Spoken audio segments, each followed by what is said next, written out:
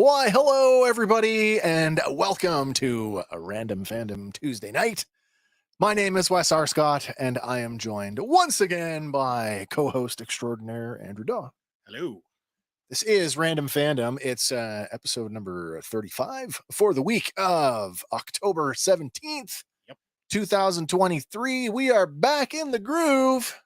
Yes, we are. After having a bit of time off. Yeah. Well, first comment coming in already. Steve Terrio on YouTube. Good afternoon. Hello, Steve. What's up with you, man? Having a good weekend? Or not, it's not even the weekend. Did you have a good weekend? Yeah, we're almost to the midweek part here. I guess we are, yeah. It is Tuesday. It's just weird because there's no Ahsoka. It does feel weird. It feels weird having gone for so long on the Ahsoka Tano stuff to not have that for Sundays. So on one hand, I appreciated having a break. Not having to worry about having something to do Sunday night. At the same time, I'm like, shouldn't I be doing something? Maybe. I don't know. Well, we always get to scour the internet, though. That's true. Lots going on in the world of entertainment. Some of it we're going to talk about tonight. As always, Random Fandom is 100% audience participation. Hope you've brought your comments, questions, concerns, and whatever else you want to yap about with you tonight. You can hit us up in the live chat, whatever platform you might be watching on. And if you're really bold, you can hit the WhatsApp link. It's in the description of this live stream on all the platforms. You can call us up. Have your say live on air. Live on the show. The line is open. It is officially open. We don't have a bleep button yet. Yeah, we do. Do we? We absolutely do. You would have to be really, really fast to catch someone with a you, but like I know what I was going to say. I telegraphed that. True. But I don't know how well I would be able to do it in a live phone call. Anybody want to test their luck? No, we don't want to do that. After the first 20 minutes, we're okay. And test your luck. That's right. We are an adult show. So that being said, we don't get too bent up about it. No. So should we kick it off with our well, hang on a second here. Let me segment. We probably should. I mean, as we like to on this show, we like to open it up with a round of Random Fandom Trivia. That's the thing I was looking for. Yeah. What are you going to hit me with tonight? Well, I got one for you here. It might be a little bit of a trick question. But on this day in 1998, okay, which Bare Naked Ladies song spent exactly 1 week at the top of the Billboard Hot 100? In 1998. In 1998. But it wasn't 1 week, was it?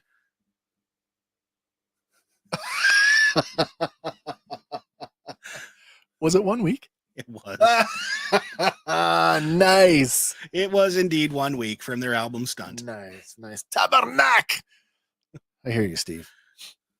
I hear you. Yeah. It's one of the band's most well-known and popular songs. And did you know that it was completely written by Ed Robertson? Really? Yeah. I don't know how to feel about that. I mean, on one hand, he's kept the thing going. On the other hand, he could be, the devil incarnate, for some folks, for some fans. True. Don't do drugs, kiddies, when you're making a kids album. How's that? There you go. Wasn't that why they fired him? I don't know. Stephen Page? I never read into it too much. I thought he got fired over, of course, and I don't know what drugs were involved, but something to the effect of it had come out that he had been indulging right at the time that, and I'm not kidding, they were making a children's album. I don't think it was on brand for them. That being said, did you catch their performance at the Junos, a couple of years ago when Stephen came to as part of the band to receive their award? I did receive the award. And he performed with them, and they sounded great. You almost had this maybe there's a chance. Sadly, yeah, that hasn't happened. If you're a Bare Naked Ladies fan, better with Stephen Page or without? That is the question. If you have an opinion, let us know. Yeah. This next one kind of sucks. We're right into it again. Yes, we are. Yeah. This week we lost Suzanne Summers. My wife Kim had sent me that the other night, and I my first question was she sick? Yeah. Apparently, her breast cancer had come back. She'd been battling it for like 23 years. Yeah. As I was reading up on that, not realizing that she was a breast cancer survivor. Yeah. Up until this week. Yeah. She would have been 77 yesterday. That picture, that's a great looking shot of her. It is. I believe that's from like one of the talk shows, possibly Larry King or something. Oh yeah. I've seen some of the outpouring though this week. Have you seen some of the tributes coming in? Yeah. Did you see the one from who's the guy, the pro wrestler from Toronto? Is that Edge? That's one of them. Yeah. So Edge posted a shot with him and Paul Stanley Oh my. at a party meeting Suzanne Summers. It was pretty cool. That's awesome. Super cool. Yeah, Steve didn't even know she was sick. I didn't either. It seemed to be rather quick. Kept it hush hush. I think so. But again, when it's something like you say, she's been battling cancer for 20 plus years, and maybe it's just sort of old news for her. And yeah, why raise red flags over something that maybe yeah, when you know life, sure, especially if you know that the outcome is not going to be. Yeah, I can understand people wanting to have privacy in that. Kind of think I probably would too. Yep. There is a statement though that has been issued. It says Suzanne was surrounded by her loving husband Alan, her son Bruce, and her immediate family. Her family was gathered to celebrate her 77th birthday on October 16th. Instead, they will celebrate her extraordinary life, and they want to thank her millions of fans and followers who loved her dearly. That would have been yesterday. Yeah. Yeah. Well, our thoughts are with Suzanne's family at this time, obviously. And man, what's your favorite piece of work? I'm going to say Three's Company. I was not a fan. I like Three's Company as well. Not a fan of her other show that she did with the guy from Dallas. She's the sheriff, or no, the one before She's the Sheriff. She was married to the guy it was one of the guys from Dallas who was really popular in the 80s. Oh my God, what was it called? Burt Reynolds? No, Patrick Duffy. I think it was Patrick Duffy and her. They did a sitcom in the 80s. Not a fan. Not to laugh, but Patrick Duffy was the leg of what's his face on South Park.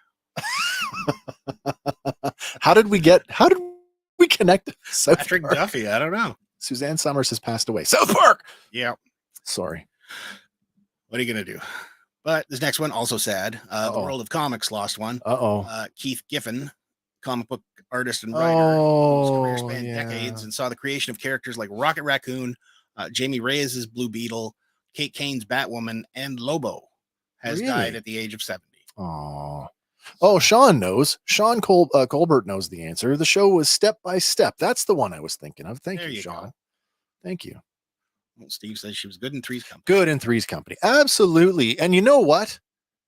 God love her for getting fired over that. For standing up for women everywhere. So good for her. Yeah. Good for her. Pioneer. Yeah. And then best-selling author, and she released like 20 odd books of what, like half of them were bestsellers. And and then there was the Thigh Master. The Thigh Master. Remember that fad from the what was that? I do. I don't remember the Thigh Master. 80s? Come on, you can't tell me you didn't have a go on the old Thigh Master once or twice in your life. Of course not. We had one at home. You put it up against your shoulder and go, is this a bicep curl thing? What is this? Yeah. Is this ridiculous as it seems? It's still better than the shake weight. There's nothing going to top that one. Shake weighty goodness. That's so good. Well, I know you had pointed this out, and it's kind of good to follow up on this one. But there is a new leader on the top of the most expensive Star Wars props ever sold list. More so than the R2-D2 at 2.6. Isn't that something, eh? The hero version of the X-Wing. Yes, this is the hero red leader. Yeah. We talked about this a couple of weeks ago. So the auction has closed. We have a final $3.135 Isn't that something, million. We're gonna have to do an update video now. We are, because it kicked it by like almost $500,000 more. That's incredible. Do we know who bought it? Let's see here. Steve, I remember that. You're tripping me up here. Oh, I'm sorry. I apologize. Yeah, that's all good. On the small details, right? Yeah. It's not that important. I mean, I just thought maybe if it was somebody. I don't believe we have a name of who bought it, so it's probably a private. Again, at $3 million, a Star Wars fan with lots of money. Yeah, because it started with an opening bid of $400,000. Opening and bid. went from there.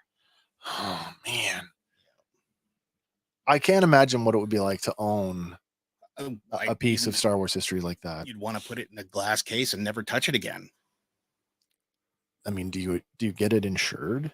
Like Yes. by itself? Like who insures that? Who's going to insure a one-of-a-kind model from Well, come on. from 1977? You know what it's like trying to insure. We've talked about this before as toy collectors, trying to get your insure collection. your toys as a collection. It's not easy to do because the market fluctuates, right? I mean, would it be something like what do museums do to insure their stuff? True. Maybe it would be something similar to what a museum would do. I don't know. I think so. Maybe like a one of a kind that cannot be replicated. It is a one of a kind though. And I mean, because it's sold for 3 million, like how do you assign a value to that for insurance purposes? Yeah. Other than this is what I paid for it. You know, if it were you and me, they'd be like, well, what did it cost in 1977? One children's toy. Yeah. I mean, no, the model was probably, a couple $100 or something. Probably. Who knows? When all time and effort was put into it. That's amazing though. The Red Leader X-Wing fighter, $3.135 million. New record holder. All right, we got to update our video now. That makes 2 shooting miniatures on that list too, by the way. Yeah. 2 X-Wings. Yeah. This next one, I'm really hoping it pans out because I've been looking forward to something like this for a long time. Okay. Apparently Gargoyles is getting rebooted as a live action series. When you sent that one over and my immediate reaction was like, oh, like I was like, oh, like legitimately. And then I went, well, wait a minute. I got to temper myself here because now I'm not saying that it's on the same level as some of the other properties that I've enjoyed over the years. But when I see a beloved animated series and I hear the words live action treatment, I go, don't cheap out. Where's my Robotech movie? Yeah. Where's my He-Man project? True. Right. So as much as I'm excited for this, I gotta hold it down.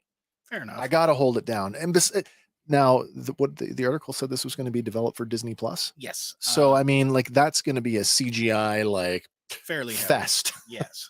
Do you know what I mean? Yeah.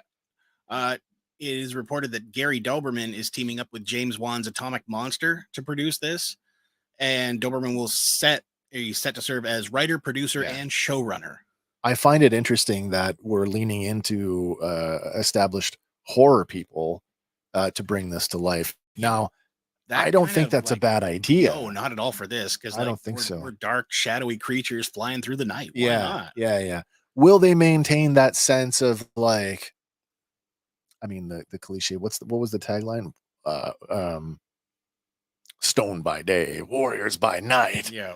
Are we going to lean into that? Are they going to be crime fighting? I would hope so, or at least do it shot for shot, do the original, and then have them come in, and that'd be pretty cool to see a castle in the sky. I actually thought this would work well as a film. If you just took the pilot episode, like the first 5 arc, or whatever. You could do like a Highlander thing with it. You could set half of the movie in ancient Scotland. Yep. And then half of the movie in New York. Yeah. Right. And sort of like them, either, acknowledging Xanatos or like, screw you, we're not listening to you. Would work as a feature film, I think. I don't know how well it's going to work as a series, but I am excited.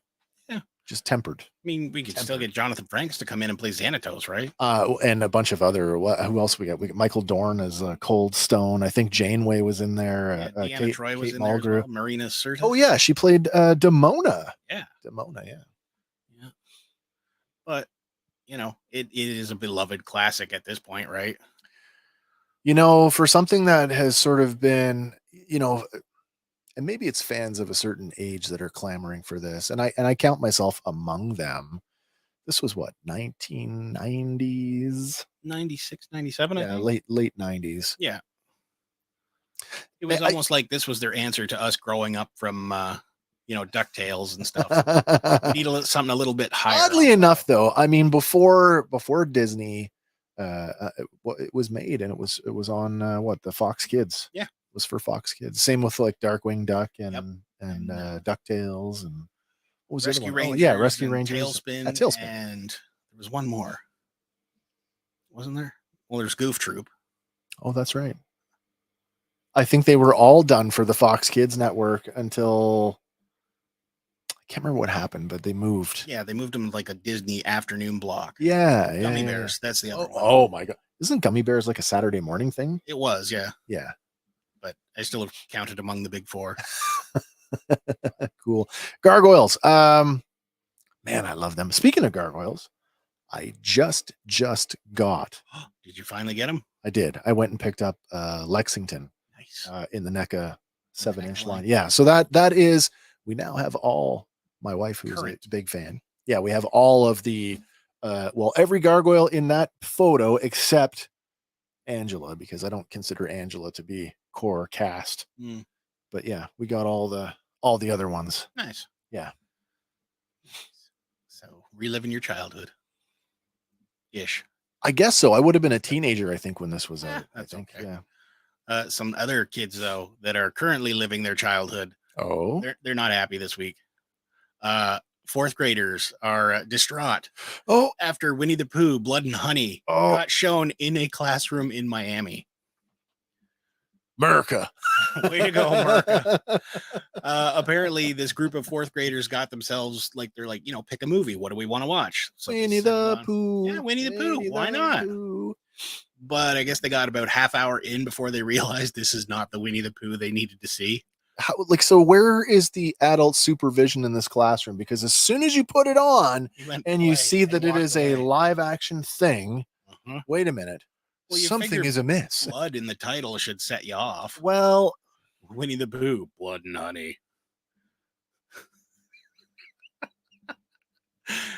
I haven't seen it yet, and there is a sequel in the works, but I haven't seen it. I don't think I'd be showing it to the kids just yet. I don't think I would either. Yeah. I don't think I would. Yeah, but it said that the teacher didn't stop the movie, even though there were kids saying, hey, stop the movie. We don't want to watch this. It's not for them to decide what they want to watch. It's up for the professor to look at the content. So if he'd even read a simple synopsis. Seriously, turn the DVD over and read the back of the box. Yeah. Yeah. The school issued the statement saying the following, the Academy for Innovative Education has become aware that a segment of a horror movie was shown to fourth graders Monday, October 2nd, 2023. Segment that was not suitable for the age group. Our administration promptly addressed the issue directly with the teacher and has taken appropriate action to ensure the safety and well-being of the students. Really? We are actively monitoring the students, and our mental health counselor and the principal have already met with those students who have expressed concerns. So, can you really call 30 minutes of a movie a segment? In a 90-minute movie, it's like a third of it. A third of the movie, a segment. You're almost over, you're a third of the way through. If it had been like 3 to 5 minutes, I'd be okay, that's a segment. Yeah. Half an hour? That gets you hooked. At that point, you got to finish the story. Well, yeah, as an adult, for sure. Yeah. I'm into 30 minutes. I guess I'm not checking out yet. But apparently the sequel will be featuring Tigger. Oh, boy. Oh, boy. Yeah. Okay. So we'll see if anything comes from that. Maybe he'll get fired or who knows. If it's a male teacher, probably not, unfortunately. That's a paddling. Yep. That is a paddling. Show Winnie the Pooh, Blood and Honey. Yeah, it's a paddling. That's a paddling. So you remember last week we were talking about Robin Williams' daughter? Zelda being very much against. Yeah. Well, this week, Robin Williams is back as the genie, and no, it's not AI. I read this one front to back because I was like, oh, does this tie in with what we were talking about? And I think on some level it does. But this is done with the permission of his estate. Yep, they they signed off on it, and what they did was they went back to the actual recordings of the movie and found enough in this outtakes. Is all cutting room kind of stuff that didn't make. Yeah, so they've chopped it together, hashed it together, and they're using it in this new Once Upon a Studio. Yeah, Once Upon a Studio to celebrate the 100th anniversary of the Walt Disney Company, which is going to feature something like an obscene number of characters that are in this thing. From it's like Snow White to yeah, Frozen. it's over 100 characters or something that are appearing in this. Yeah. So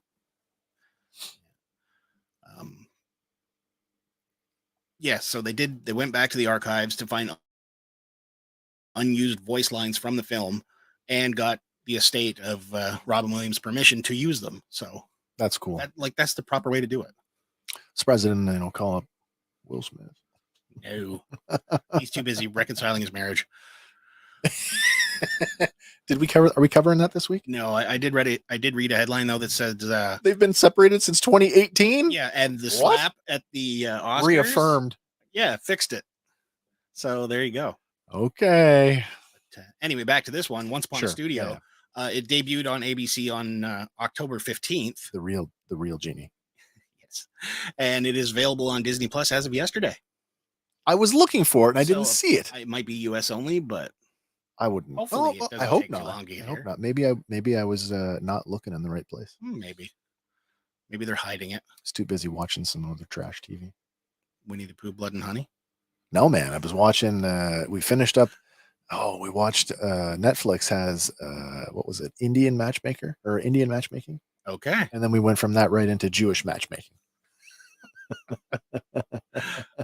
Fair enough. I watch it for research purposes only. I swear. Okay. It's like a lesson in psychology every time you watch these things.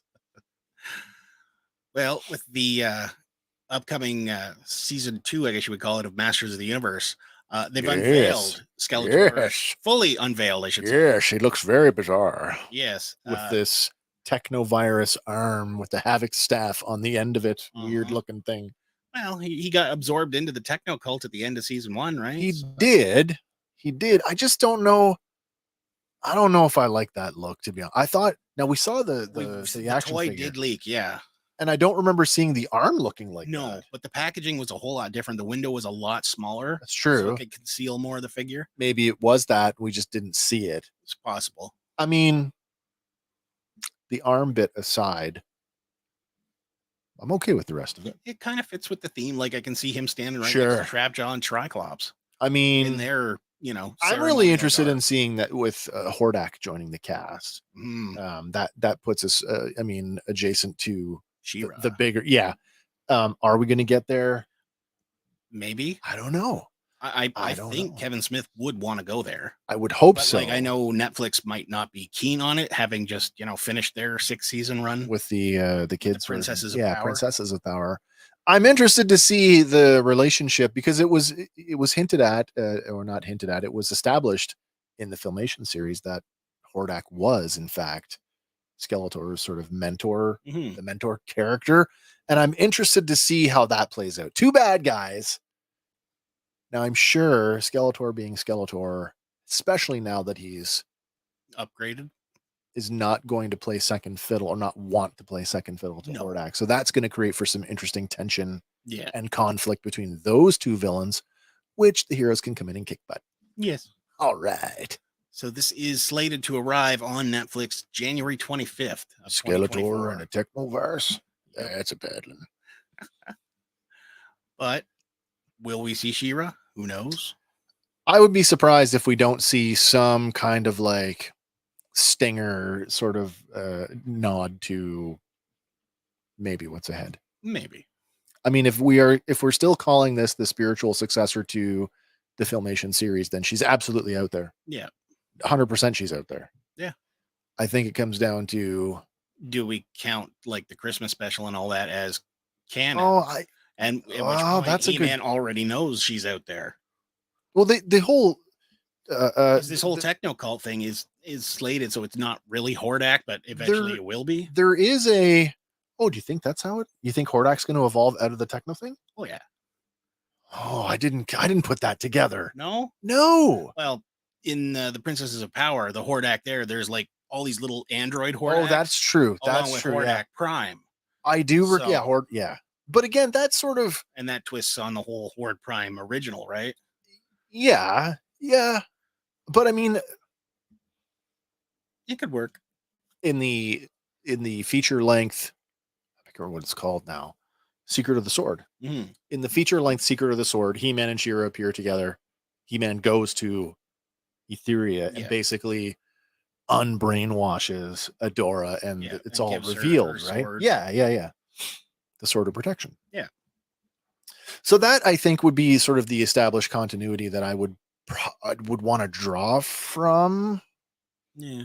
I don't think it's impossible for Hordak to have sent an artificial intelligence to Eternia to sort of, Not at all. Sort of soften the ground for his, Mhm.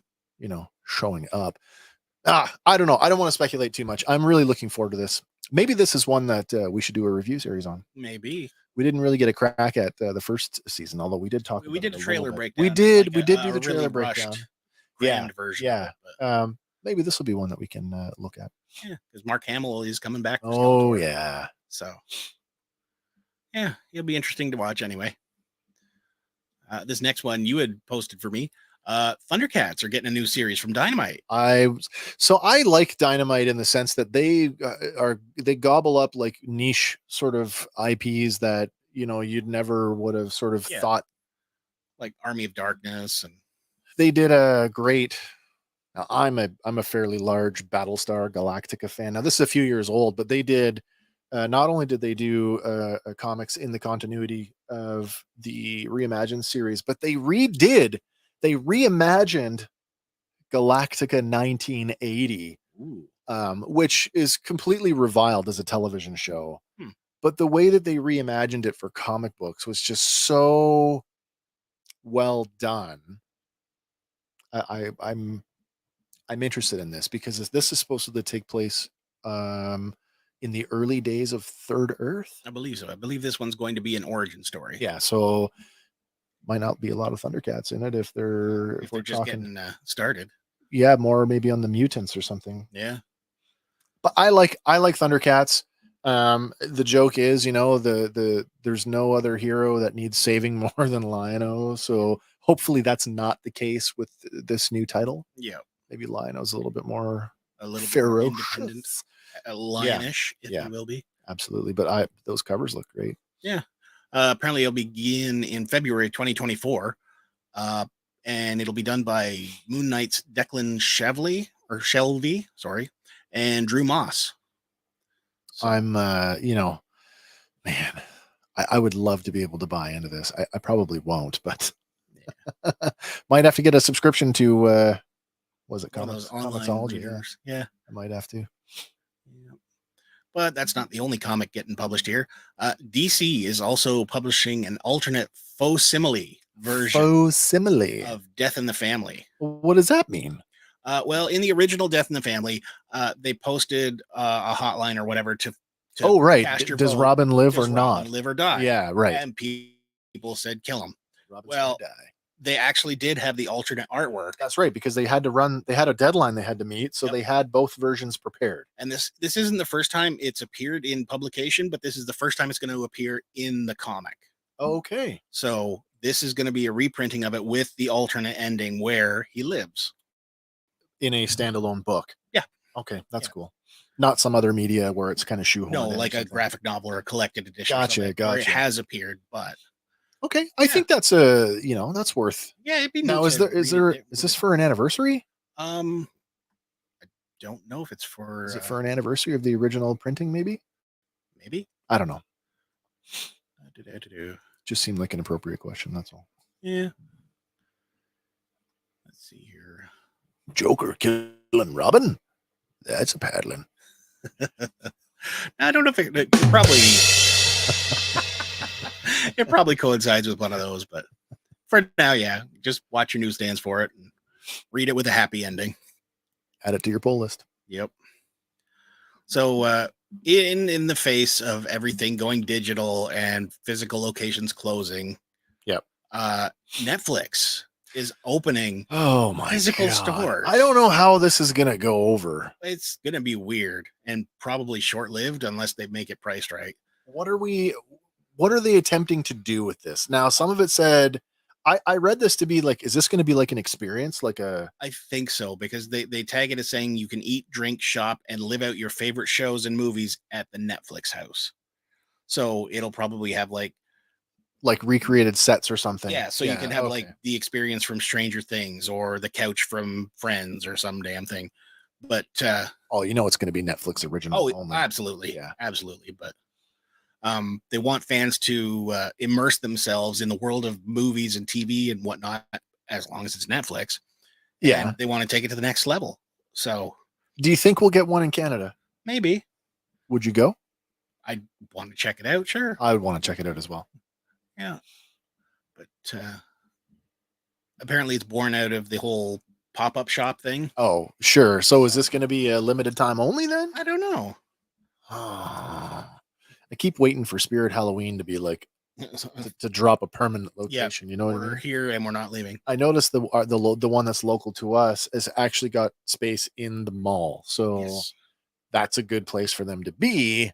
And they've got a enormous store. Yep. And to my recollection, I felt that they were early this year. Maybe. Don't know. Which made me think like, oh, are they opening permanently? It'd be nice if they did. A Halloween store all year round. I go there. But apparently Netflix will be opening the first 2 Netflix house locations in the US in 2025.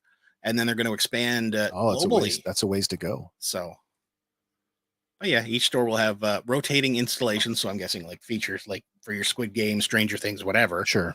They'll also have ticketed shows, restaurants with food ranging from fast casual to high-end dining, desserts and spirits inspired by unscripted shows like the cooking shows they offer. Oh my and god. their popular series. Nailed it. Here, you want some of this cake?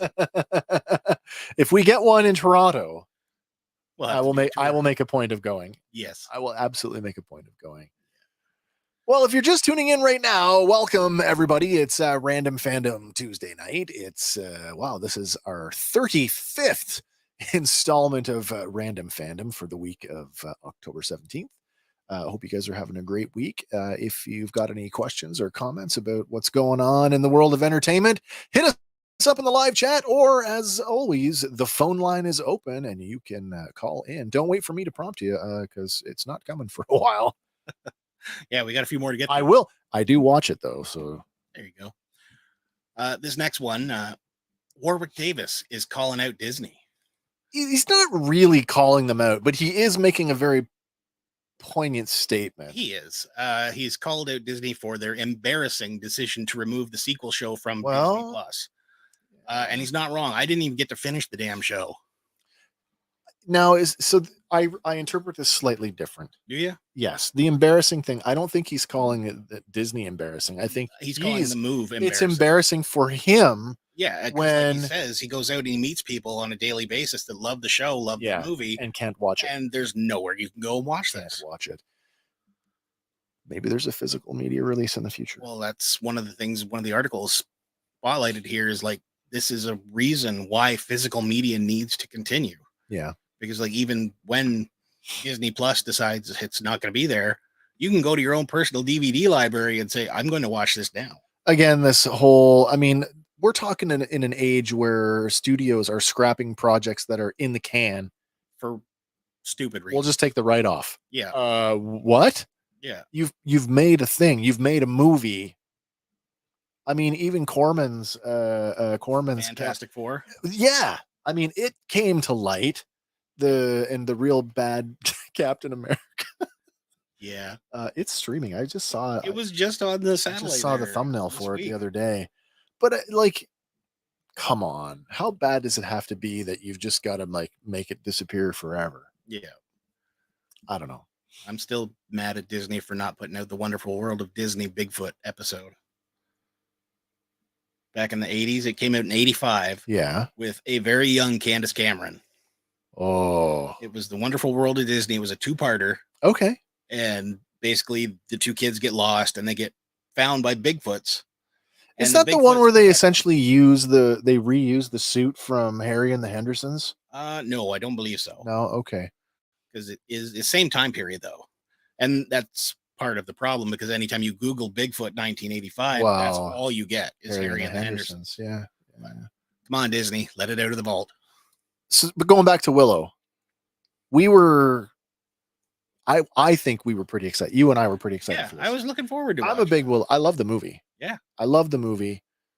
We've watched the series. We haven't really talked a whole lot about it since it aired. Yeah. I never got to finish it, so I have no you have not. Okay. Final opinion on how it ended. So yet. Not what I wanted. No. Not what I wanted. I did figure out pretty quick who the grown-up princess was, though. Oh yeah, yeah. I think by the end of the second, maybe even the first episode, It's you like, kind why of is went, she covering her arm? Like, yeah, yeah. But- Oh, Laura Dannon. yeah. But like at the time, there was talk about a season 2, so whether or not that's gonna I would have happen. preferred, again, give me a movie. Yeah. Give me a movie, and I mean, for me, half of the appeal, and maybe more than half for me, was Mad Mardigan, and the absence of Mad Mardigan was really noticeable for me. Even though the legacy of Mad Mardigan is Still there, not what I wanted. Mm. Yeah, I'll leave it at that. Fair enough. So maybe some of these you'll want. What? Let's talk some toys. I do want to talk toys because there's some news that just broke today, and Yes. we just got it in before Yep. the end of our deadline tonight. But for those of you out there who are collecting G.I. Joe Classified, Bastards. another wave has been announced, including Night Force Tunnel Rat. Didn't you just get Tunnel I Rat? just got regular Tunnel Rat, yes. Has he been out for a while?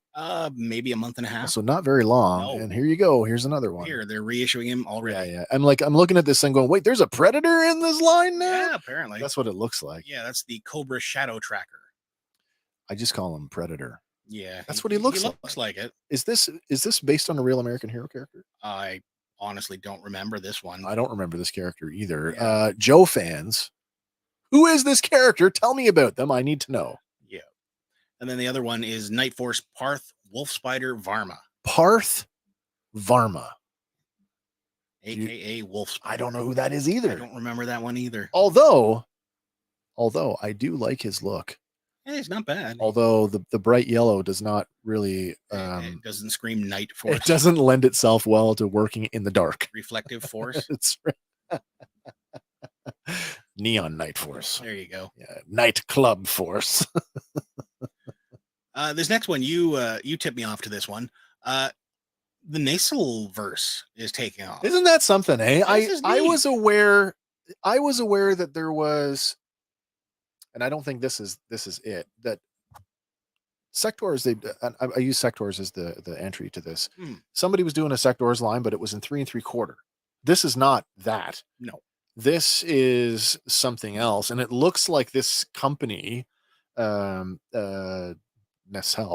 has essentially gobbled up a bunch of IPs that you may remember, and some you might not, and is trying. Well, I remember everything on this list. Do you? I do. There's a couple there I do not recall. Oh, really? Yeah, I do not recall the Great Garlu or. Oh, sorry, Great Garlu. You're right. I don't know that one. I do know the Moo Mesa ones, Cowboys of Moo Mesa. Yeah, but I do I know recall Biker Mice from Mars, Sectors, absolutely, Rebel Force, and Power Lords. And Power Lords, yeah.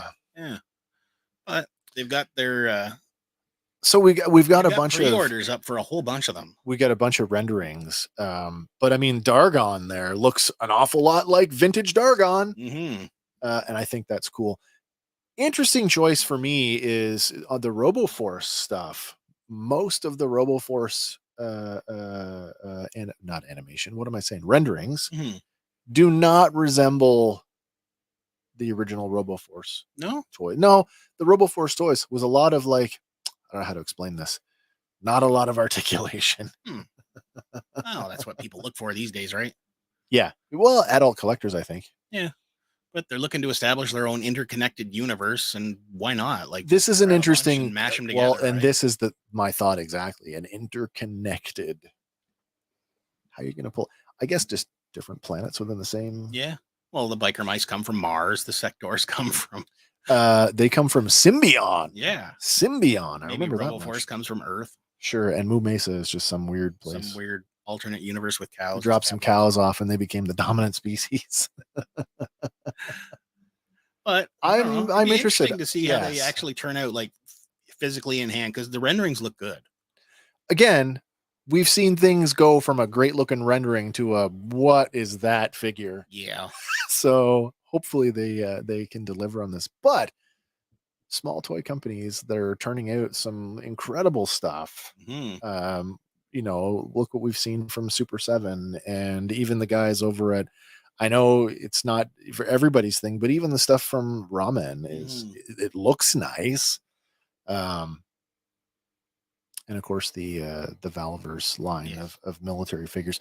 Smaller companies, it seems, for some reason, are able to do things that the big guys just aren't, can't, won't. Yeah. This doesn't seem to be any different to me. Yeah. This next one, though, is coming out of the McFarlane camp. He's releasing a Batman and Spawn autographed package, a 2-pack. Autographed by him. By Todd McFarlane. By the Todd father. This one is limited to only 1,500 pieces. It's a gold label 2-pack. Okay. Which includes a collectible art card with a character art on the front and Todd's signature on the back. Also includes a specialized base with backdrop, extra hands for Batman and a Batarang, and Spawn gets a sword. When I see autograph, I immediately, my first question is this going to be auto penned or is this going to be a legit? I think this one's going to be a legit. Like he's signed 1,500 boxes. Well, no, it's just cards, right? Cards. Okay. Yes, you're right. So, 1,500, that's not terrible. No surprise it's the Batman that DC let him design. Yeah. That Spawn looks good, though. Not a fan of the Batman. Oh, yeah, the Spawn looks great. And these are 7-inch figures, right, too? And this is kind of weird because these next ones are also coming from McFarlane. Yep. But they're 6-inch. What? We're scaling. We're going down? WB that's 100 Movie Maniacs Wave 4. That's weird. And we're getting a 6-inch Aragorn from Lord of the Rings. 6-inch Sheldon in his Flash costume from The Big Bang Theory. No wonder I'm like, why does that look so weird? Oh, right, it's Sheldon in the Flash costume. Who knew you needed a Sheldon figure, right? But I think I do. Yeah, I know. I kind of think that too. The wife would probably want that one. I would wonder. It'd be awesome if they did the what's the one that they were going to the Star Trek convention. They were all, and then they never made it because the car broke down. Well, no, the car got stolen. Oh, that's right. That's right. Vanity shots. That's right. Yeah. The peak there or whatever. Right. Where Kirk fought the Gorn. Yeah. No, this one though was from the New Year's Eve one, I believe, where they all went to the comic book store. Oh, where you had little Green Lantern and teeny tiny Batman. Now that Aragorn, I'm not seeing any points. Do you see any articulation on that? I'm not seeing. Maybe much. It's pinless joints because that Flash. The Dr. Sheldon Cooper as the Flash looks like it's pinless. Yeah. So maybe there is. But there's also a third in this wave, and it is Pennywise from It Chapter 2. Well, is that on your want list? It might be. It depends on the finished product. Yeah, it depends on how it looks. Because the NECA ones look really good already. 6-inch posed. So it might be a static pose. This is going back to McFarlane of the 90s. Mm-hmm. Yeah. No, can't do it. Yeah, but to get the whole wave right now, it's actually on sale on McFarlane.com for $86.98 US. Yeah. So what? That's 1, 2, 3 figures for $100. Yeah. Man, they're getting pricey. Yeah. This next one's pricey too. All right. Cygor from the Spawn line is getting a gold label mega figure release. And he he's looks got pretty special patina paint on him. He does look pretty good. I'm not going to argue with that. I've had a couple Cygors go through my hands in my days as a toy retailer, and it was always he's always an interesting looking monkey. I like that figure. I don't care for the line. Yeah. I'm not a Spawn fan, but that figure, every time I'd seen or held one, it always stop and take a look at it. And I mean, like, really look at it. Mm-hmm. I feel like that's, this is Gorilla Grodd gone wrong. You know what I mean? Gorilla Grodd mixed with Cyborg. Yeah, exactly. Yeah. It's a great looking figure though. Yeah, but this one's starting off at $68.24 on McFarlane.com, so kind of scary when it gets to Canadian dollars. $100. And they keep making Batman, so why not keep making Jokers? Oh, the Joker from the Deadly Duel gold label 7-inch figure. Why does that look like a version? This is like that looks like the Batman version of the Golden Snitch. Maybe. Apparently it's a mutant bat. Oh, is that what it is? Oh, that's a mouth. That's what they're calling it. But you know what? It could be a bat with some of the Joker teeth. Oh, right. Maybe. Now that you say that, I think maybe that is what it is. Yeah, I mean, it's another Joker. It looks okay. Yeah, man. I like Batman. I like the Joker. I don't need more Batman and No. Joker. This is not something that I will buy Like, into. where's the Red Tornado? Where's Fire and Ice? Oh, that's a good question. That's a good question. How come I can't get my Doomsday in Canada? That one I cannot answer for you. I'm Ugh. sorry. That's okay. I'm very sorry for that. But this one you might be interested in here. What? Roll out with new figures. Roll Transformers Retro 40th Anniversary. You can get Autobot Blaster and Steeljaw, or Soundwave, Laserbeak, and Ravage. So wait, is this what we're getting? These are inspired by the original G1 Inspired. releases. Yeah, I was gonna say, because these look straight up like G1 reissues. Yeah. Now I have a reissue Soundwave. So I mean, other than the vintage style packaging and the big 40th label on it, there's no reason. And I don't, you know me, I collect toys, not packaging. Packages. So there's no reason for me to go in on this. And the blaster, I just got the wasn't there one just Legacy Evolution blaster, which I very much like. So I know that's one of the comments that was online for the Hasbro things. Like, really, you guys just re-released these like 2 years ago? Why are you doing it again? yeah, I mean, but Soundwave is Hugely immensely popular. Yeah. It's an interesting choice to do both the micro cassette player and the Ghetto Blaster. I mean, they are the polar opposites, right? Yeah. They are set up to be arch enemies. Yeah. You can't really. I like the choice. I like the idea that if you're going to do two, well, that's a good pair to pairing. do. It's the same thing. If you did Optimus Prime, you'd have to do Megatron. Yeah. So, kind of weird they only give Blaster one tape though. The vintage toy didn't come with any. No. So that's true. But plus I have Soundwave. I have the Masterpiece Soundwave, and I have all his tapes. Ooh, well, except for Rat Bat, because I haven't been able to get one yet. But fair enough. Oh, I do love my Transformers, though. I just got a couple this week. Yes, you did. This next one is the one that broke today. I did not expect this mashup. What's funny is that the toy guys are already talking about it. Pixel Dan has done a video on this already, and he had said that photos of this have been basically leaked for about a year. Really? I don't remember becoming aware of this until just a couple of weeks ago. Yeah, I was not aware of this until today. When we saw the card on the table at New York Toy Fair. But it was just a piece of card art. It was nothing else. So I'm pleasantly like, oh, at the delivery of what we're getting. But we are getting, and this is from Mattel, and it's branded as a Masters of the Universe Origins line. So it's going to be in the Origins style packaging, I guess. Yeah. A Ninja Turtle. Turtles of Grayskull. Yeah, Turtles of Grayskull, a He-Man Ninja Turtle crossover line. Yeah. So, yeah. Did you see the assortment? The first assortment? We've got 6 photos here. We've got. Let's take a look at those then. We got the 2 here. We got Leonardo and his depiction. Yeah, which is cool. His twin swords, but they're like 2 halves of the Power Sword. Yes. I like that. I do like that. Very He-Man-esque. I'm not fully sure, but is that mutation or mutagen mutation Skeletor? This, according to I'm not sure who this one's supposed to be. Well, Pixel Dan has said that this is a mutated He-Man. Okay. And he said that it sounds like the lore surrounding this is going to be the Turtles get sucked into have been dropped into the world of He-Man.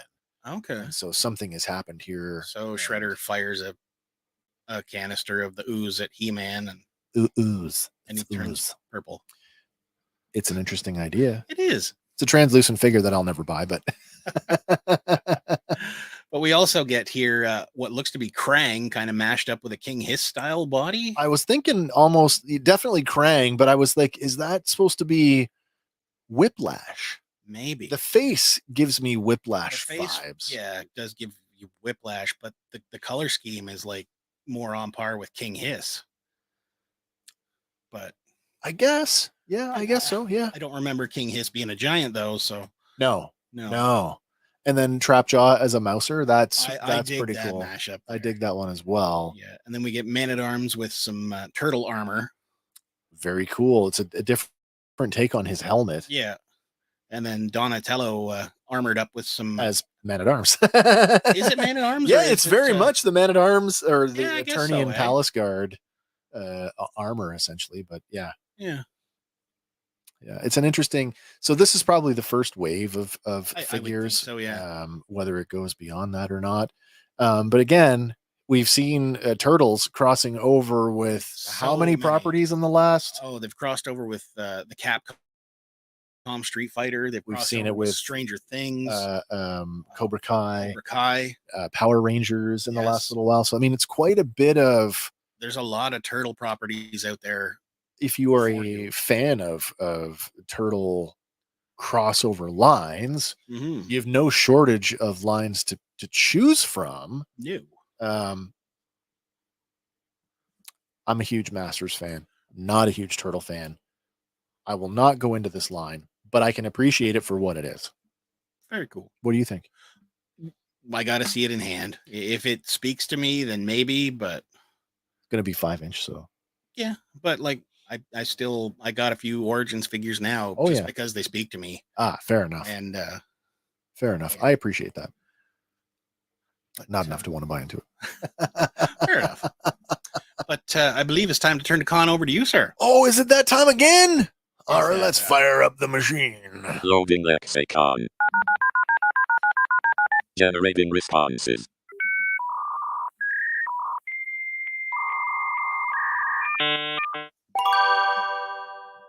Responses ready.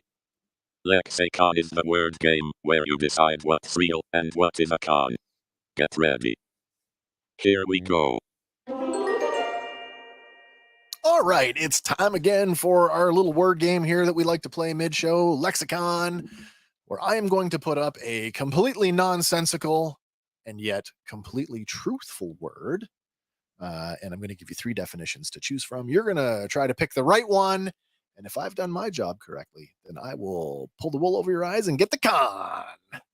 Are you ready for this week's word? All righty, what do you got for us? All right, this week's word, it may not sound, I had a hard time getting this one to speak properly. So we'll let the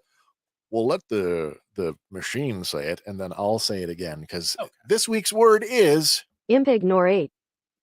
Impignorate. Impignorate. Impignorate.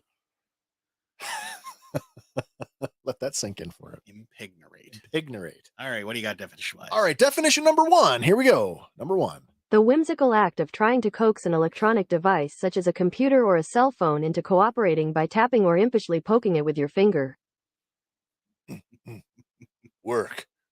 Come on, maybe work. Because who's never done that? Definition number 2. To pledge, pawn, or mortgage something. Or definition number 3. To temporarily transfer ownership or control of a property to a trusted friend or family member with the understanding that it will be reclaimed at a later date. Impignorate. What do you think? We got option number 1, the whimsical act of trying to coax an electronic device, such as a computer or cell phone, into cooperating by tapping or impishly poking it with your finger. Or to pledge, pawn, or mortgage something.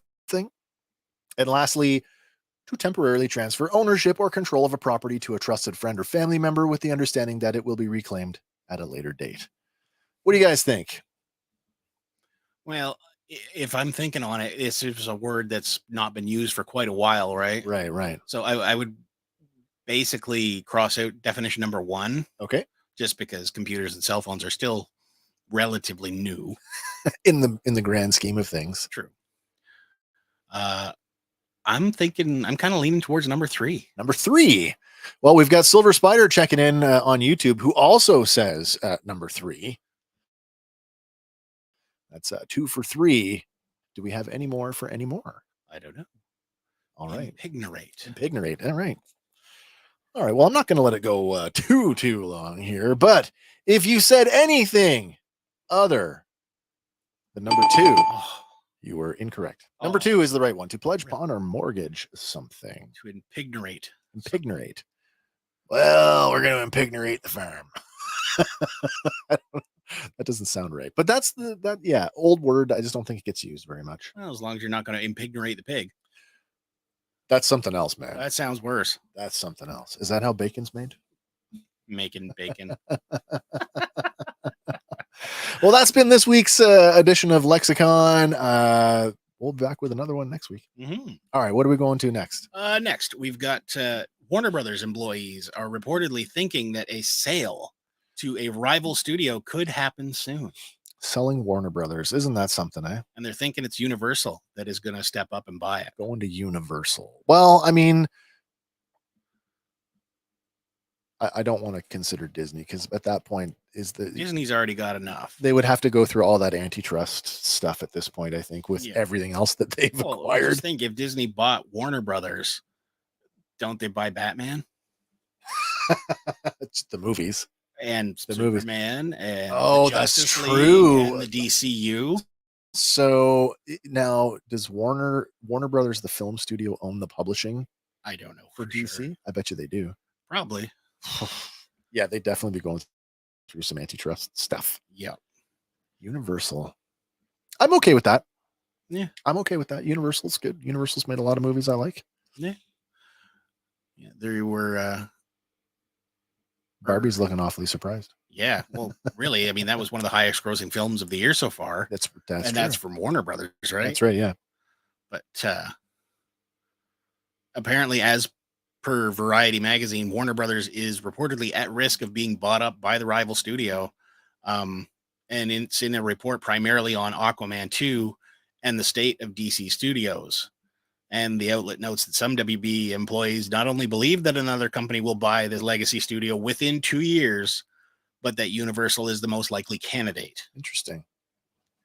And which is weird because Warner Brothers is still one of the big 5 major studios today, right? Yeah. With your Universal, Paramount, Disney, and Sony.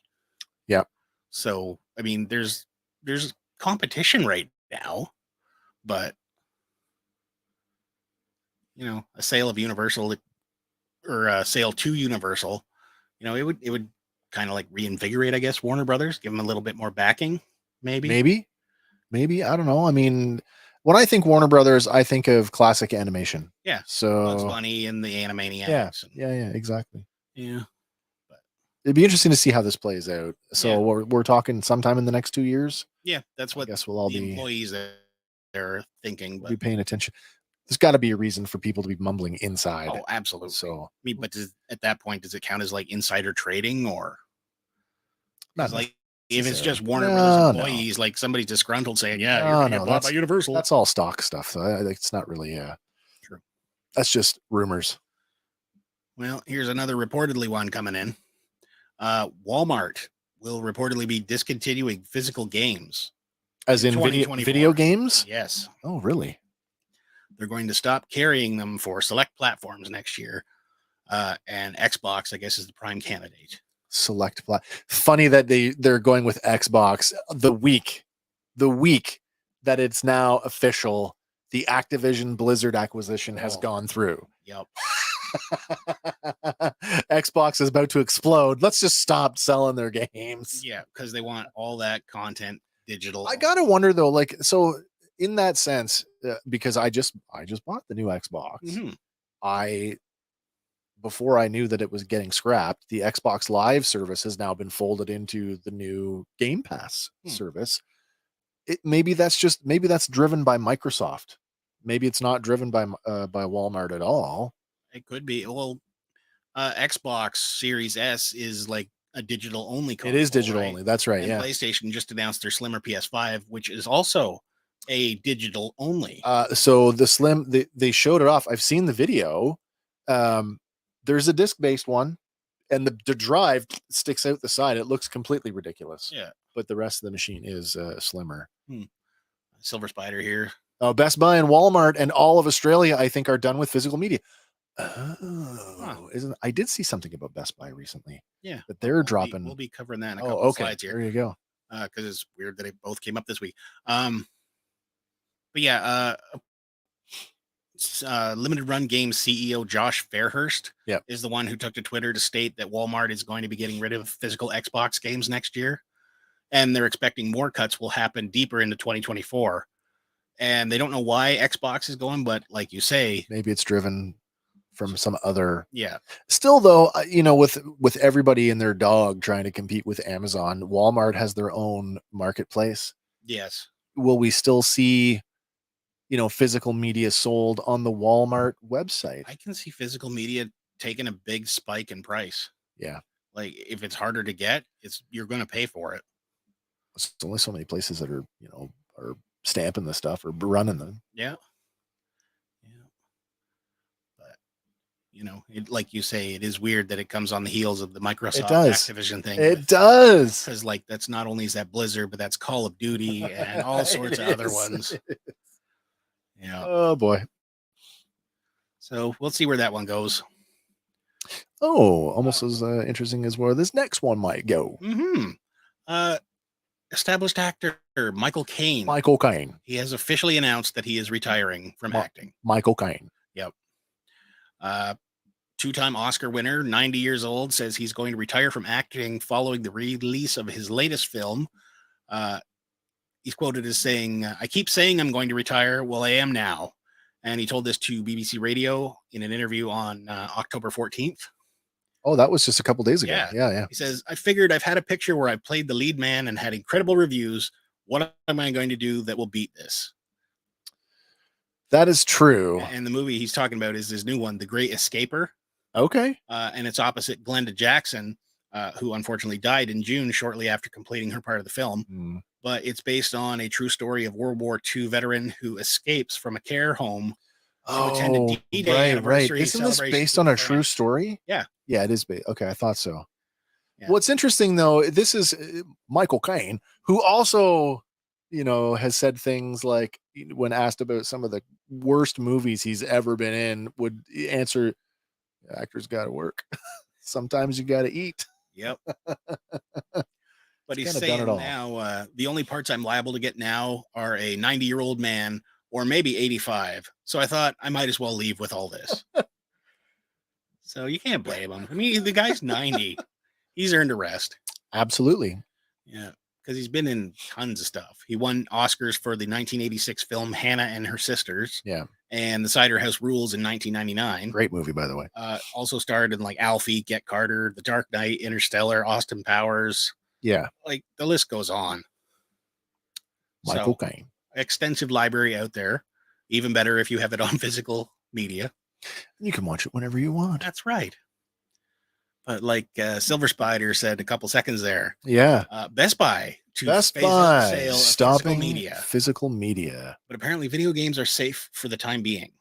Isn't that strange? Yeah. Except for Xbox games, right? Maybe, I don't know. Video games are fine, except for Xbox. But they've confirmed that they will discontinue the sales of physical DVDs and Blu-rays in store and online early in 2024. So you got Netflix in the last couple of weeks just mailed their last DVD. Wow. And this is all happening sort of concurrently at the same time. This is a really weird time. This is a weird time to be alive. But one of the spokesperson. Hey, Blockbuster, are you watching? Maybe it's time to come back. Maybe. Hey, it's our friend Paul. Speaking of old actors, have you got to Frasier today? I was a bit late today.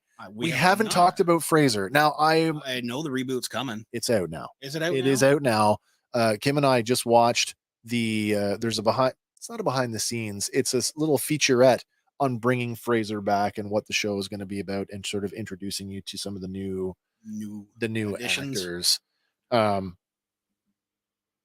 watched a single episode of it yet. Mind you, I wasn't a Frasier fan of the original series, but as I understand it, Dr. Fraser Crane has unfinished business back in Boston, and the show takes place. He's moved back to Boston. So he's going to go to Cheers? I wondered if that will happen over the course of the series. Will there be a time that he goes to get Woody Harrelson in there? Seriously, I mean, Ted Danson's still alive, isn't he? I believe so. So what's Sam Malone doing? Yeah, I mean, I'm not willing to give it a chance, but again, not knowing the character, and then again, Kim was a fan of the original, and she's like, "Well, it's not going to have Niles." Yeah, I'd heard that. So I did see a thing that said, why is David Hyde Pierce not in the new Freezer? I don't know. Because he stayed not in Boston? That or he stayed behind in wherever it was. That would be Seattle. There you go. Yeah, Seattle, because he was a talk radio Yeah. psychologist. Yeah, I think that's what it was. Yeah, so no, we did not talk about Fraser. Yeah. But we can talk about it all you want. Yeah. It doesn't have any of the old characters so far. Okay. Fair Yeah, enough. I wouldn't think that it would. You want Well, to establish if you're it going to as bring itself. back your old ones for like nostalgic pops, you're going to want to save it for when you need it, right? Sure. Not just like drop them all out of the gate. Yeah. Opening scene. Yeah. Norm. But back over to the Best Buy thing, one of the spokesperson there said, to state the obvious, the way that we watch movies and TV shows is much different today than it was decades ago. Making this change gives us more space and opportunity to bring customers new and innovative tech for them to explore, that's discover, true. and enjoy. They're right. Yeah. They are right. I just feel like if you were going to do this, like I've been and I don't even think do people still use the term cord cutter? I think so. We were cord cutters almost a decade ago. I haven't had regular TV in probably close to 10 years. This feels to me like something you should have done then. Maybe. Not now. But because of people like me, they didn't. Keeping the industry alive. I still got my cord. Keeping it alive. Yep. But yeah, it's just weird because, like, you always used to go to Future Shop and Best Buy for the latest DVD. Future Shop, Best Buy in disguise. Yeah. Owned by the Best Buy same company. Junior. Yeah. Owned by the same company. Until they just went out and renamed it. Until they just shut the doors and reopened it. Did you remember that? Oh, no, that was they dirty. were open at the same time. Was it? Future Shop and Best Buy in Canada were operating at the same time. That's true, because like in Some of Oshawa, them- they had Future Shop across the road from Best Some Buy. of them were operating in the same plazas, but they were literally, I mean, check your receipts. They are owned by the same parent company. Yeah. Hilarious. But like the Peterborough one, they literally shut the doors on Future Shop and then reopened as Best Buy. Yeah, in some cases, the when they shuttered the stores, that was a big deal here. Mhm. I don't know if Future Shop, did they operate in the States? I don't know. Maybe. I know that when they closed a bunch of the stores, they didn't tell the staff that they were closing. They just literally did it overnight. Yeah, Awful way to go out. it is. Apparently, though, they're going to continue to sell physical meat. I hate to call it physical media, but they're going to continue to sell it during the holiday shopping season to squeeze every last I was penny out gonna of it say. before they discontinue the sales of it. Busiest shopping time of the year? Yeah. It's like, hey, go get your DVDs for Christmas while you can. I guess so. Yeah. I guess. But the article that we were reading, it does make a point here. It says, just make sure there's actually discs in there and not just paper download codes. Oh, seriously. Because they've done that before. That would be Like, awful. didn't they do that with the Mandalorian Steelbook edition? I don't know. Like, you go buy it and you get this wonderful case and a friggin' paper that says, here, go download it. When I was buying physical media, I would buy more times than not, I would buy either the collector's edition, something that had some pop to it. Yeah. You would know, I think, by picking it up. Maybe with a steel book, you wouldn't notice the difference with a disc in it or not. But I mean, there's always with a plastic case. Give her the shake test. Yeah. Is it in there? No. But yeah. I'm not a fan of this happening, but what are you going to do? I just don't have the space for it, man. I purged a bunch. I purged a lot. I know. Well, here's one more for you to Oh yay, another one for digitally me. watch somewhere. Transformers 1. This one I'll be watching in the theater because I think Yes. it's going to be theatrical. It is getting a theatrical release. Apparently it's going to be animated though. Be the first time that Transformers in an animated form has been in theaters since 1986. Mm-hmm. That's exciting. Yep. Hopefully it's better than the well, that's the Netflix series that the artwork is using. Yeah. Hope it's better than that. I would assume so. Hope it's if they've got way proper better money than to throw at it.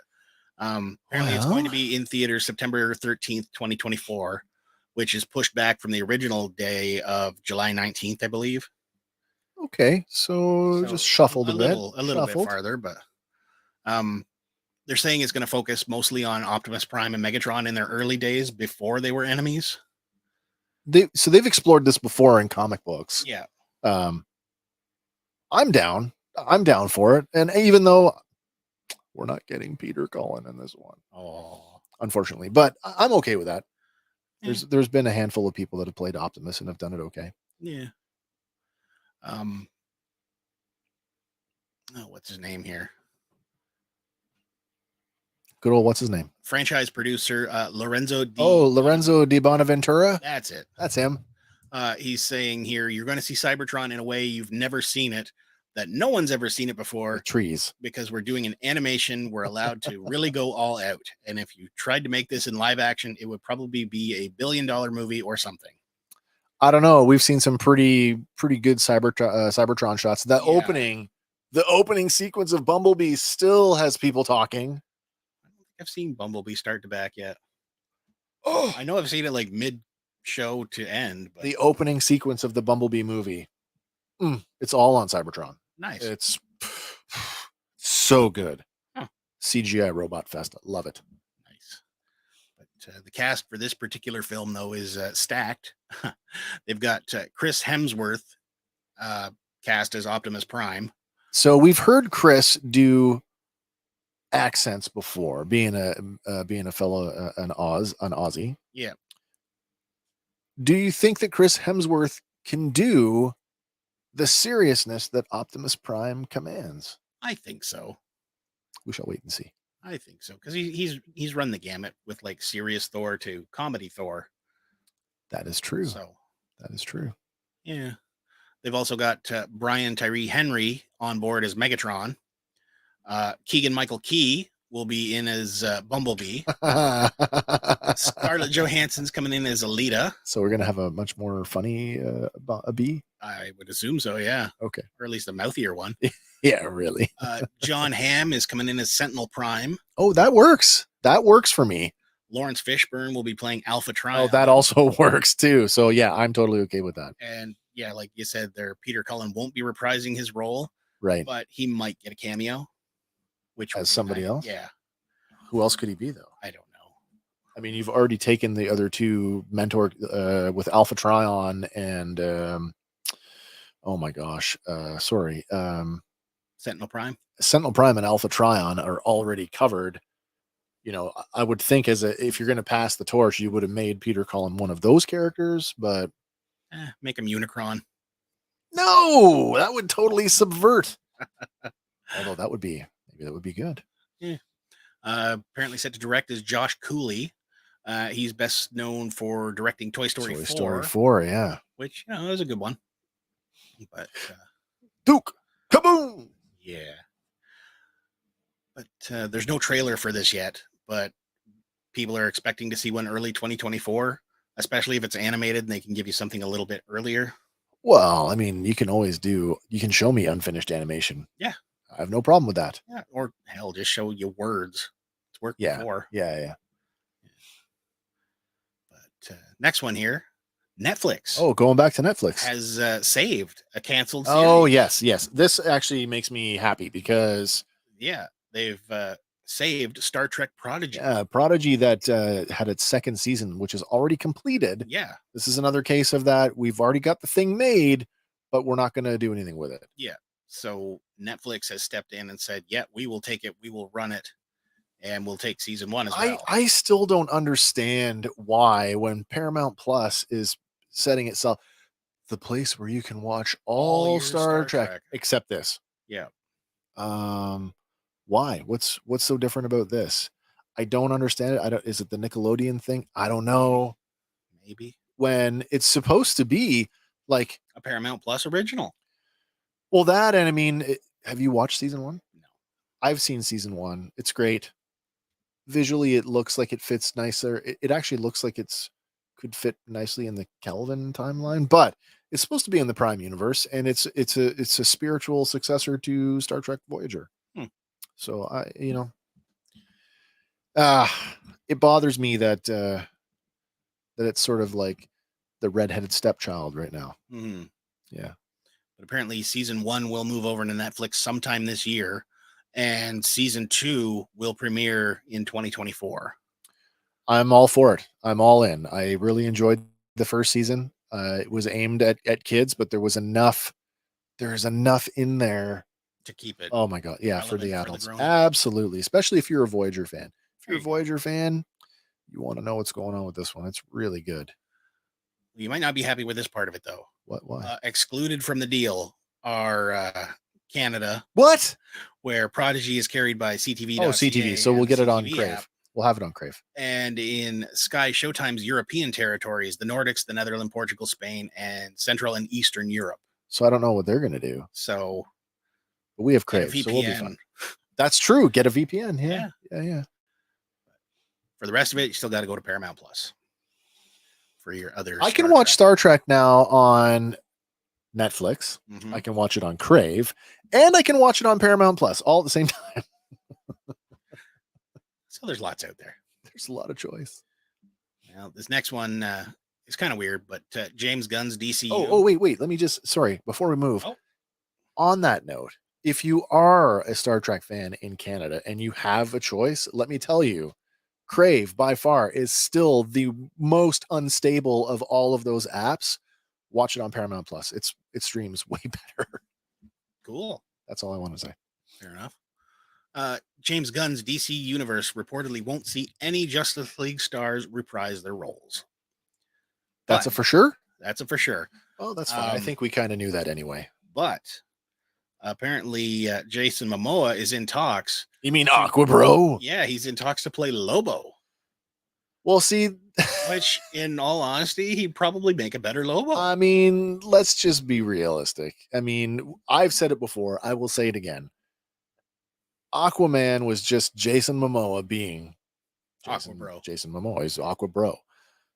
Lobo, the character, seems to be way more like Momoa, the guy. Yeah.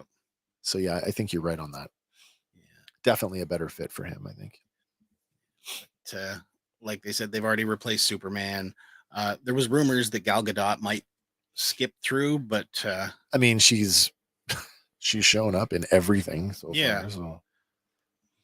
Back in August, I guess she claimed that Wonder Woman 3 was previously in the works, but it fell apart and will be coming under the Gunn and Safran revamp. But later that month, Variety reported that it was not in development and it didn't count.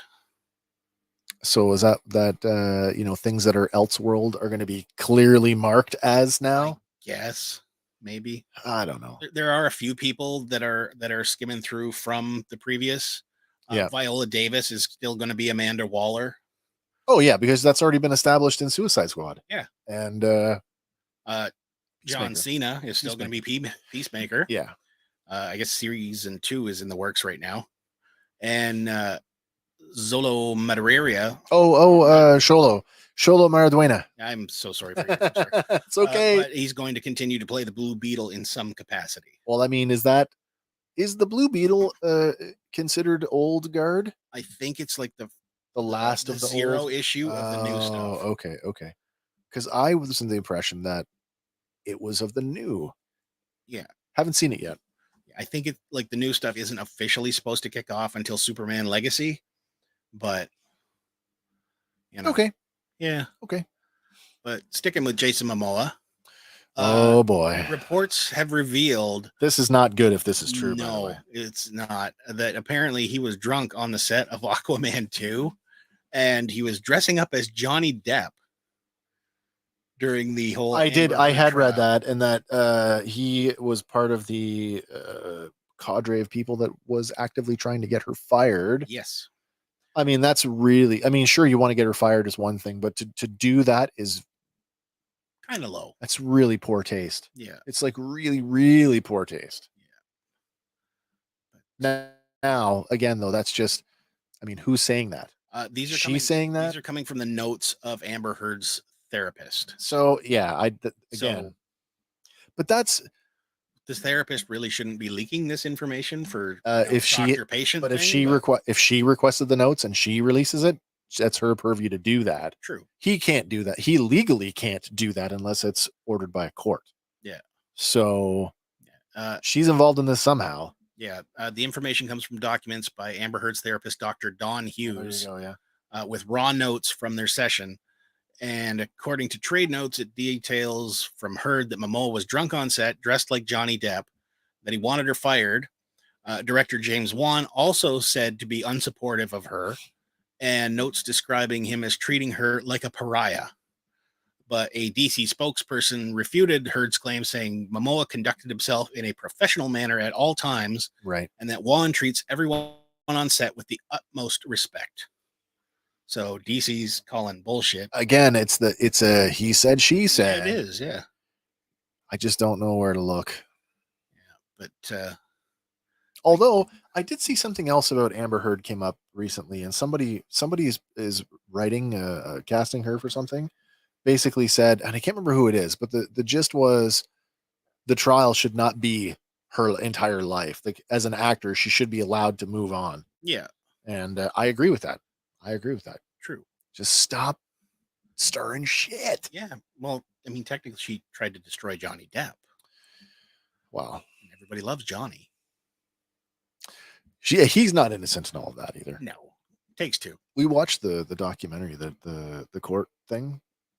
That's worth watching. Well, I remember the court stuff being somewhat amusing when it was happening live, but It's they've put it together into a documentary. It's on I want to say it's on Netflix. I'll have to go. It's totally worth watching. Do they keep up the parts where Johnny Depp just rips the lawyers apart because they keep asking him the same question over and over? No, because that was hilarious. Yeah, they don't. But yeah, because did we touch on this last week that Elon Musk had his sent a legal letter? team, sent a that's scorched weird. earth letter to Warner Brothers. That's weird. Threatening to burn the house down. What does that have to do? What does he have to do with anything? Well, didn't you say she was an ex? She was, yeah, but they're of them, but so yeah, ex. What does that have to do? That's like call your. That's like my ex-wife sending a letter. What does that have to do with anything? Well, can your ex-wife buy Warner Brothers? Well, there is that. Because apparently Elon could. Yeah, and we're talking about a petulant man-child who bought Twitter because he didn't like the way it was handled. Yeah, now it's called X, and he's still dodging Zuckerberg. Did I say that he was a petulant man-child? Yes, you did. With a lot of money. Yep. He was way cooler. He was way cooler when it was just SpaceX and doing weird shit that didn't bother anybody. Yeah. But what are you gonna do? Yeah, Aquaman is still set to come out in theaters in December. So Aqua Bro. I'm not sure how to feel about this. it feels like it doesn't matter how it ends because it's over anyway. I feel like that is exactly it. I think with everything that happened with the Flash, and I feel like Aquaman has suffered from some of that. Yeah. And now this new stuff, it's like, oh, and if nobody's moving forward, then do you even bother to rework your movie to give it some kind of closure, or just put it out how you filmed it? Yeah. This next one, I'm calling this one a recommendation. Oh. It's the season for spooky stuff. 'Tis the And season if you to haven't be seen spooky. it yet, go watch it. The film is called No One Will Save You. Oh, It's who's got this? Hulu and Disney Plus. Oh, so Hulu. Okay, Disney Plus in Canada. It comes from 20th Century Studios. Yep. It is an action-packed face-off between Bryn and a host of extraterrestrial beings who threaten her future while forcing her to deal with her past. Is this something that I could watch? I think you could get through this. Yeah. It's got some suspenseful moments and a few jump scares, but it's not so much. It's not gory. It's not gory. Okay. I mean, with all the aliens and whatnot in the news lately, it is very timed. Yeah. It's poignant. It's hitting on the pulse of the. Oh, that's cool. Thing. That's cool. But there's very little language in it because of, you'll find out the story. Okay. And literally, she has to deal with this on her own because no one will come to save her. Interesting. All right. But it's written and directed by Brian Dunfield. Excuse me. Features what's her name here? Oh, I'm terrible at this. I don't have her name. How bad is that? Actress in the lead role. She's great. I apologize for not knowing her name, but we did link to the trailer in the show notes, so you go cool. check out the trailer Very cool. before you go watch it. Very cool. And this one, I know you were thinking. Oh, about I know. this, I wanted to follow up on this one, but I actually did follow up on this good. for you. Good. Kind of. Do we know when this was published? Probably a while ago. It was published a little while Go ago, but figure. it went under the radar for good It reason. really did. Oh, didn't do so well. No. Princess Leia's iconic dress Yep. from the original Star Wars, which film. we thought was going to go for a lot. Yeah. It failed to sell at auction despite a bid Really? of almost $1 million. So what was the? Must have been a reserve bid then. Their reserve bid was not met. So Well, there you go. So that is why it did not sell. that is so. What the auction house is saying is that is more than $1 million dress. That is what they're saying. All They're right. quoted as saying, "We appreciate all the interest in the dress. It was our pleasure to present this historical piece, but it failed to meet its reserve price and remains unsold." But now, let me just put this out there. Now the world knows it's out there, yeah, and they know that it's there is interest. right. So that comes back around in a year or 2 or 5. Mm-hmm. Oh, remember that time that we couldn't get our hands on the dress? Well, now's your chance. They do say that it may be sold after the auction in a private treaty privately. sale, or it might come up Oh. again being reoffered in a future auction. I honestly think that there's, you know what, and maybe they don't say what the reserve price was though. Over $1 million. Over $1 million. So they had high hopes for it. I kind of did too. Yeah, I mean, apparently it's the only one from episode 1. One of a kind. From New Hope. Got the food stains out of it. Yep, it's all restored, nice, and it does. It looks beautiful. For those looking to rack up some coupons and have some fun at the same time, Coops. Everybody loves coops. Yeah, at the same time, Spooktacular is on the way. So if you're a Sideshow or Hot Toys collector, you're going to want to go and register for Spooktacular because they do it every October. Right. And they give away codes to get you discounts. They always have sales and whatnot. Oh. And if you've been holding out waiting to buy something, maybe it will be coming up on sale. So I know you're a big fan of their points system. I am. Are you set up for something else now? Have you got enough to? No, I am not set up for. Are you working towards something? Not actively. No, just sort of going through. Okay, but the last one was a big one. Nice, and it was. That was only because of points. Is that the 3-0? It is the 3-0 Hulkbuster. Yeah, 3-0 makes them good. I actually like the 3-0 movie Optimus Prime. Yeah, I quite like non-transforming Transformers, but that's the way. If you're going to do it, that's the way to get me to buy them. Yep, make them high end, super high end. Yeah. So we did link to it in the show notes if you want to go over and register and have a look at what they got. I mean, it's not for the frivolous collector because they are expensive and you do absolutely want to, yeah, be very specific with what you're buying. Right. If you got money to burn, go for it.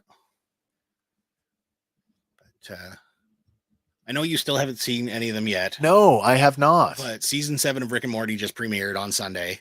Oh, okay. And so the voices have been revealed. Oh, we know who these people are. We do.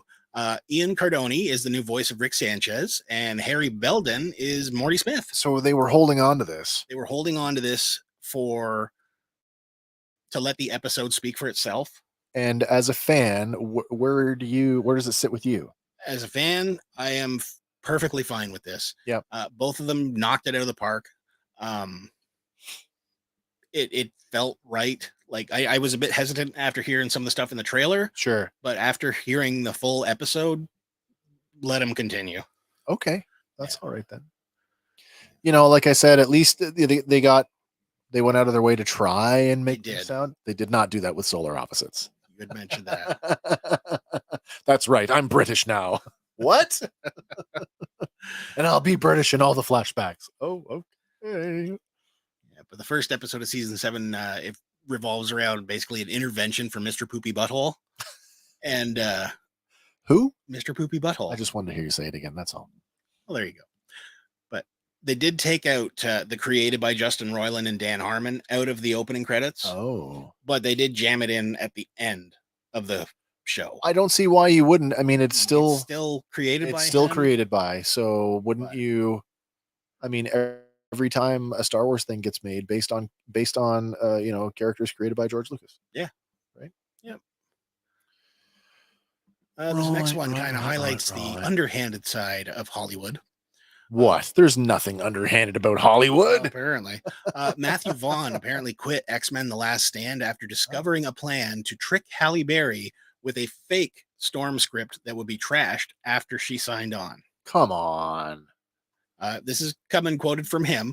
One of the main reasons I quit X-Men 3, and this is a true story, he says, Yep. I went into the executive's office and I saw an X3 script. It was a lot fatter, and I asked, what's this draft? They said, don't worry about it. So I grabbed it, opened the first page, and it said, Africa. Kids dying from no water, and storm creates a thunderstorm to save all these children. Great opening. Yeah, he said, I thought it was a pretty cool idea. And I said, what is this? They said, this is the Halle Berry script because she hasn't signed on yet. Oh, come on. This is what she wants it to be. And once she signs on, we'll throw it in the bin. And I thought, if you're going to do that to an Oscar-winning actress who plays Storm, I quit. Really? Which is exactly what he did. So he quit, and it was Brett Ratner that eventually replaced him. That's right, yeah. But he would come back around for X-Men First Class years later. Yeah, and I mean, the First Class reboot, arguably... Really good. Yeah. Yeah. But again, why would they do that just to get her to sign? I don't know. That seems so... Yeah. Well, underhanded. There's really only way to say that, isn't there? Yeah. But we're getting close to the end here, so if you What? wanted to call in... It's that time you again? should probably call in. Yeah, if we haven't covered your entertainment news and you've got something you want to talk about, hit us up. Hit us up in the comments on whatever platform you're watching on, or grab the phone because the line is open. And it works. It has the last couple times. Eric has tested it for us now, like what, 6 times? Yeah, something like that. Thank you, Eric. We love you. This next one is like the hottest story we've ever covered. Oh, okay. Legitimately. All right. And it's not an OnlyFans thing. Oh. This one is today. The Guinness World Records has crowned Pepper X as the hottest chili pepper in the world. Pepper X. Dethroning the Carolina Reaper pepper after 10 years. Is this, did Elon make this one? Did he grow it? No, Pepper X. It's the same guy that made the Carolina Reaper. Wow. So somebody really is serious about their peppers. He is.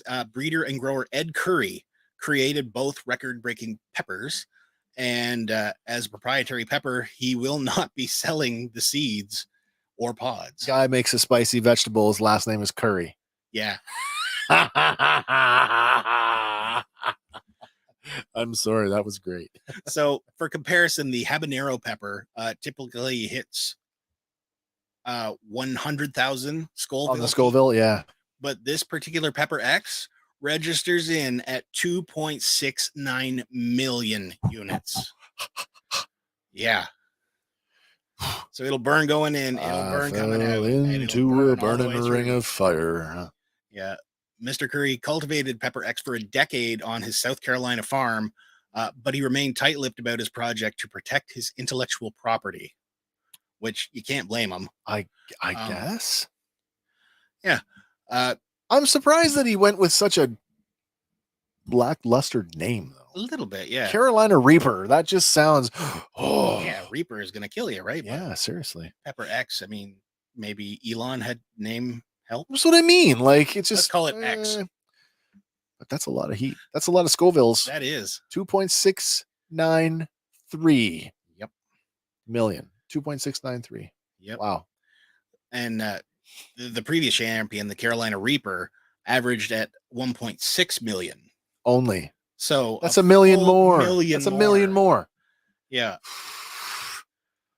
Yeah. And I struggle with things like Tabasco. Apparently, though, Mr. Curry is only one of 5 people who has actually eaten an entire Pepper X. And he's quoted as saying, I was feeling the heat for 3.5 hours, and the cramps came, and those cramps are horrible. I was laid out flat on a marble wall for approximately an hour in the rain, growing in pain. Why would you do that to yourself? Just to prove it. Say you did it. Just so I could say I did. That's right. They did send it to Winthrop University in South Carolina for lab tests to confirm the SHU. The actual, yeah. Yeah. Okay. So it is lab tested and, fire approved. I wonder how long before Hot Ones gets a sauce with this. Maybe. Haven't watched it in a while. No. A lawyer for Mr. Curry has said that 10,000 products use the Carolina Reaper name without permission. Oh, really? So in an effort to protect his property, that's why Oh, pods sure, and sure. seeds for this Pepper X will not be released. The only way you're going to taste this will be through sold hot sauces. Right. So he's going to be, so good for he's him. going to be like the Good for him. sole owner of his garden delicacy, I guess. Well, I mean, if you labbed yourself a new vegetable and, yeah, sure. Yep. But I guess that brings us to our last slide What? tonight. Is it that time again? It is that Oh, time. you know what's happening. It's Andy out there in the aisles hunting for all of you so you can save a few dollars in this week's toy hunting at Dollarama tip. Yep. What do you got for us this week, Andy? This week we got a small one. Nice. World's smallest micro action figures with comics. I like these. These are super neat. I remember seeing these. I guess I was in the States a few years ago and I'd seen like a huge selection of them. And it was like, you get like the world's smallest G.I. Joe, the world's smallest Rubik's Cube. Yeah, exactly. Super Soaker. Etch a Sketch. It was one of them. Rubik's Cube. Yeah, there's a whole universe of them. But recently, a case assortment has come to Dollarama, and it contains figures from Masters of the Universe, G.I. Joe, Transformers, and Teenage Mutant Ninja Turtles. Now your toys can have toys. That's right. They retail at $4 a piece, but they regularly retail from $8.08 and up. That's great. Depending where you buy them. No, that's great. And, it comes with the figure, it comes with a little comic and a display stand. So I think these are wonderful. And I've said it before, if you are an action figure photographer, these are almost perfect for it. Yeah, like these are spinning right out of the same thing as the mini toy brands. Yes. Where you can get toy-sized toys. Your toys can have toys. That's right. But that's not all. Nice. Coming out of the Cats versus Pickles franchise. Sorry, the what? Cats versus Pickles. Cats versus Pickles. So is this like zombies versus plants? Kind of. Plants versus zombies? Well, you know how like there's all those cat videos where they're always jumping away from anything? Cucumber or whatever. Okay. Well, they've capitalized on that and they make these little almost Beanie Baby style toys. Yeah. And usually you get them in a single pack or whatever, but these are Kittens versus Gherkins 2-packs. All right. They retail for $5 and you can find them elsewhere for $12.99 and up. That's funny. And usually a single cat or pickle will go for like $6.99 or $7.99 at Walmart. Yeah. So this is a heck of a deal. What's funny is last week's tip was core class Transformers. Mm-hmm. And I kid you not, I went out shopping this past week and both core class, Shockwave, and Ravage at Walmart, $16. I was surprised actually to see them still on the peg. Mm-hmm. Yeah. But there you go. So wow, cats and pickles. This is perfect for that. This is a good entry point, I guess, at $4. Mm-hmm. That's hilarious. And the minifigures, like there's 7 in the Masters wave. There's 3 in the G.I. Joes, 3 in the Transformers, and 4 in the Turtles. Oh, that's cool. That's very cool. Mm-hmm. Well, I guess that's it for episode 35 of Random Fandom. I hope you guys had a great time.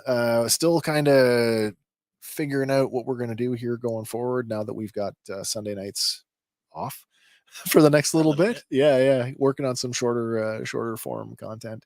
Our first Unboxed with Hank is uploaded though. Yes, I saw that. So go check that out. And it's already getting some traction. So that's excellent. I'm hoping to do more of that stuff. Hank and I have this idea where we have maybe I'll pull the veil back a little bit.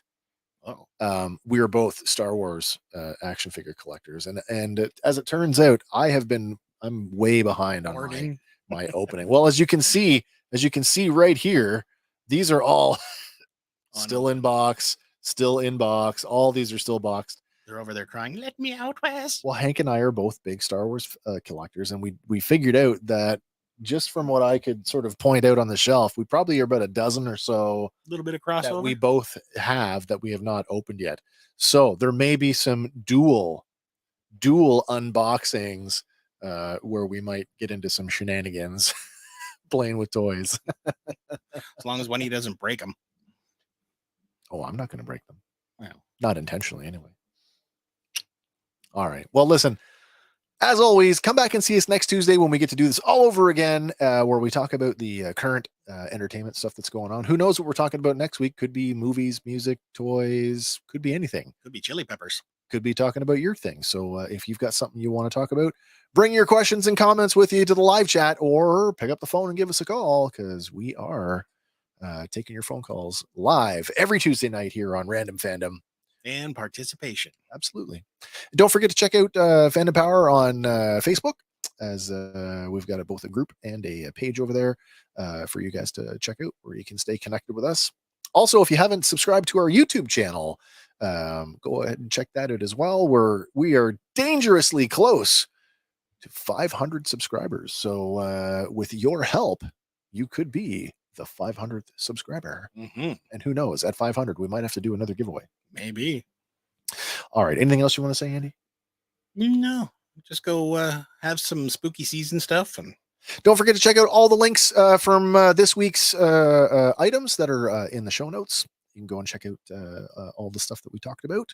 And we'll be back again to do this next week. So until then, everybody, for Fandom Power, my name is Wes. I'm Andy. And we'll see you on the next one. And bye for now.